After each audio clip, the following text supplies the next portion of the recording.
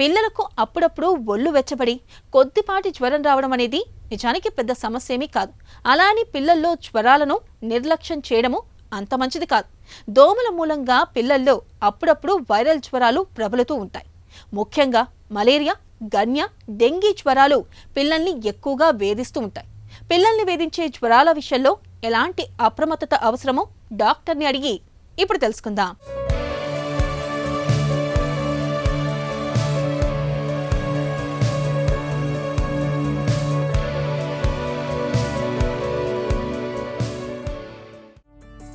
పిల్లల్లో వైరల్ జ్వరాలు ఎలా వస్తాయి? ఇటీవల కాలంలో 21st సెంచరీలో చూస్తుంటే వైరల్ ఇన్ఫెక్షన్ అనేది it has become a major concern. ఎందుకు ఇట్లా అవుతుంది అంటే they are multiple factors. One is climatic changes. Second thing అంటే global connectivity. The connectivity has increase so much and socio economic implications, people travelling too much, overcrowding of places. ఈ కారణాల వలన కూడా మనకి దేర్ ఈజ్ విరిలెన్స్ అనండి, or existence అనండి, లేదంటే increasing incidence of viral infections we're seeing day to డేలో చూస్తుంటే వైరల్ ఇన్ఫెక్షన్స్ పెరుగుతూ ఉన్నాయి మనకి. వైరల్ జ్వరాలు ఎన్ని రకాలుగా ఉంటాయి? ఈ వైరల్ ఫీవర్స్లో రకాలు అని ఉండదండి.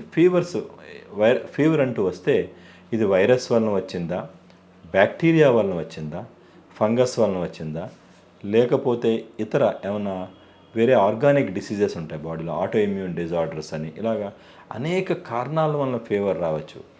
అలాగే ఎనీ వైరస్ ఇన్ఫెక్షన్ వలన కూడా ఫీవర్ రావచ్చు, రాకపోవచ్చు కూడా. పిల్లల్లో వైరల్ జ్వరాల లక్షణాలు ఎలా ఉంటాయి? వైరల్ ఇన్ఫెక్షన్స్లో పెద్దవాళ్ళతో పోలిస్తే పిల్లల్లో కొద్దిగా ప్రజెంటేషన్ వేరేగా ఉంటుంది. పెద్దవాళ్ళతో పోలిసి చూస్తే పిల్లల్లో వైరల్ ఫీవర్స్ రావటం కూడా ఎక్కువే, అది కూడా ఎక్కువగా ఫీవర్ వస్తుంటుంది. అది ఫీవర్ డిగ్రీస్ 103, 103, 104 అక్కడి వరకు వెళ్ళే అవకాశం ఉంటుంది పిల్లల్లో. సెకండ్ థింగ్, చిన్న పిల్లల్లో ముఖ్యంగా వాళ్ళ ఇమ్మెచ్యూర్ ఇమ్యూనలాజికల్ సిస్టమ్ వలన వాళ్ళకి అదర్ సిమ్టమ్స్ కూడా చాలా ఎక్కువగా వచ్చేస్తుంటాయి. ఇరిటబుల్ చైల్డ్, వాళ్ళు చాలా ఇరిటబుల్గా ఉంటారు. Their symptoms cough can be severe. ఒక వైరస్ అక్కడ కానీ రెస్పిరేటరీ సిస్టమ్ ఇన్వాల్వ్ అవుతే ఆ virus, the symptoms can be very very dry severe cough వచ్చేస్తూ ఉంటుంది వాళ్ళకి, కళ్ళు నీరు కారటం. సో జనరలైజ్ సిమ్టమ్స్ కూడా ఈ వైరస్ ఇన్ఫెక్షన్స్ వచ్చినప్పుడు పిల్లల్లో కొద్ది తీవ్రత ఎక్కువగా ఉన్నట్టు కనపడుతూ ఉంటుంది కంపేర్ టు పెద్దవాళ్ళు కంపేర్ చేస్తుంటే. పిల్లలు జ్వరంతో ఉన్నప్పుడు ఏం చేయాలి, ఏం చేయకూడదు?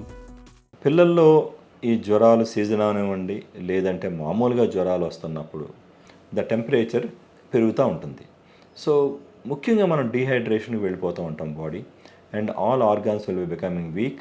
థర్డ్ ఈజ్ వాళ్ళు ఫుడ్ అది తీసుకోరు కాబట్టి మోస్ట్ ఇంపార్టెంట్ థింగ్ టెంపరేచర్ తగ్గించడం.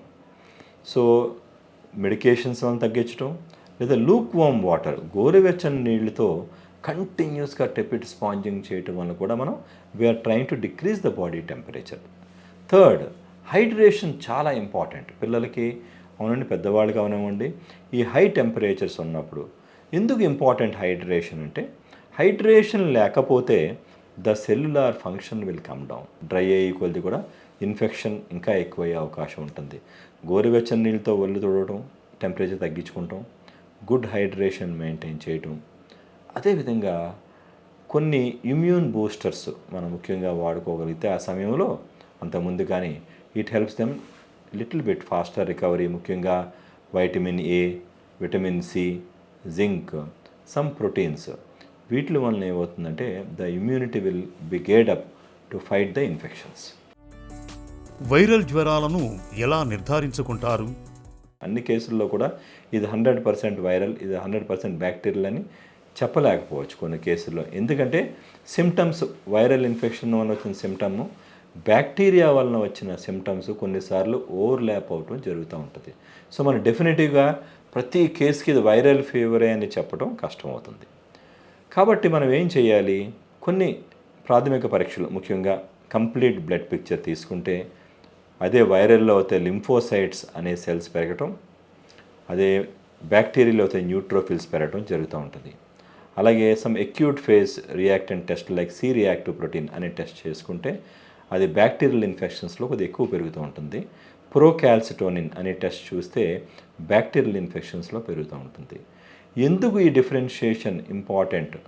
అలాంగ్ విత్ బ్లడ్ కల్చర్స్ కూడా చేయొచ్చు. ఇటీవల కాలంలో lot of PCR based test చేస్తున్నాం, వైరాలజీ టెస్టుల శాంపుల్స్ మనం వితిన్ ఫ్యూ అవర్స్లో వీఆర్ ట్రయింగ్ టు ఐడెంటిఫై అది ఏ వైరస్ అవునా కాదా, లేకపోతే ఇది బ్యాక్టీరియా అని కూడా మనం నిర్ధారించేది. జస్ట్ 2 to 3 అవర్స్లో we can get the report it is virus or bacteria. Viral జ్వరాలకు చికిత్స ఎలా ఉంటుంది? వైరల్ ఫీవర్ అవనివ్వండి, బ్యాక్టీరియల్ ఫీవర్ అవనివ్వండి, మోస్ట్ ఇంపార్టెంట్ థింగ్ అంటే టెంపరేచర్ తగ్గించడం with antipyretics. Second thing good hydration, మంచి హైడ్రేషన్ మెయింటైన్ చేయాలి. So lot of liquids instead of solid foods force చేసే కంటే కూడా we have to give lot of fluids, emphasis on lot of fluid intake that will maintain the hydration plus calories కూడా maintain చేయవలసిన అవసరం ఉంటుంది. మూడో విషయం ఏంటంటే సమ్ ఇమ్యూన్ బూస్టర్స్, ముఖ్యంగా vitamin A, vitamin C, zinc, multivitamins, వీటి వలన కూడా కొద్దిగా ఇమ్యూనిటీ ఇంప్రూవ్ అవ్వడం జరుగుతూ ఉంటుంది. అయితే ఈ వైరస్లు మనం ఐడెంటిఫై చేయగలిగితే, డిసీజ్ తీవ్రత ఎక్కువగా ఉంటే స్పెసిఫిక్ యాంటీవైరల్ మెడికేషన్స్ మనం వాడవచ్చు. ఫ్లూవిర్ లాంటి మెడికేషన్స్ డెఫినెట్గా they will be helpful in pneumonias. అలాగే రెబావెరిన్ అని చెప్పి యాంటీవైరల్ మెడిసిన్ వాడటం వలన మనకి ఈ వైరల్ నిమోనియాస్ని మనం తగ్గించవచ్చు. వైరల్ జ్వరాల నివారణ ఎలా? ఈ వైరల్ ఇన్ఫెక్షన్స్ని మనం తగ్గించడం ఎలాగా అంటే, first and foremost we have to have a preventive strategy and hygiene. Lot of viral infections spread through hand secretion, unhygienic hands, nasal secretion. So hand hygiene is very very important. Second thing ఏంటంటే, ఈ మనం crowded ప్లేస్కి వెళ్తున్నప్పుడు ఈ cough cold ఉన్న పరిసరాల్లో ఏమవుతుందంటే they spread through air, కాబట్టి మనం మాస్క్ వాడటం చాలా important. Third important, cleaning hour environment, especially office areas, school areas, Kinder gardens, hospital areas ఏదైనా తీసుకోండి. సర్ఫేస్ క్లీనింగ్, ఎందుకంటే అక్కడ వైరసెస్ డ్రాప్లెట్స్ ఉంటాయి, అక్కడ డ్రాప్లెట్స్లో వైరసెస్ ఉంటాయి కాబట్టి the moment you touch it there is a chance of you getting infected. కాబట్టి మనం సర్ఫేస్ క్లీనింగ్ చాలా important. And most important, lot of viral ఇన్ఫెక్షన్స్కి we have now vaccination. Multiple vaccines have come. For example flu vaccination is there to prevent spread of flu virus. పిల్లల్లో జ్వరం తీవ్రత ఎక్కువగా ఉంటున్నప్పుడు 2-3 రోజులైనా జ్వరం తగ్గుముఖం పట్టనప్పుడు వెంటనే డాక్టర్ని సంప్రదించడం మేలు. వైరల్ జ్వరాలకు సకాలంలో తగిన వైద్యం అందించడం చాలా అవసరం.